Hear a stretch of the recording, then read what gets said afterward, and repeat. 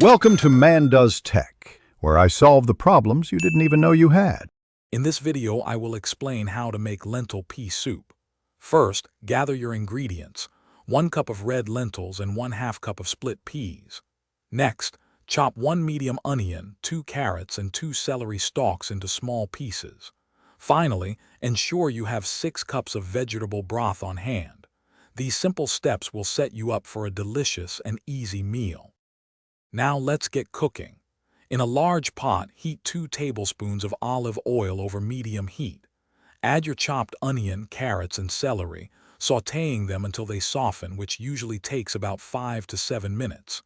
Then, stir in the red lentils, split peas, and 6 cups of vegetable broth. Bring the mixture to a boil, then reduce the heat and let it simmer for 25 minutes.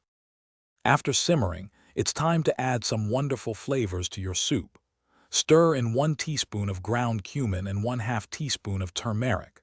These spices will give your soup a warm, earthy taste. Next, season generously with salt and freshly ground black pepper to your personal preference.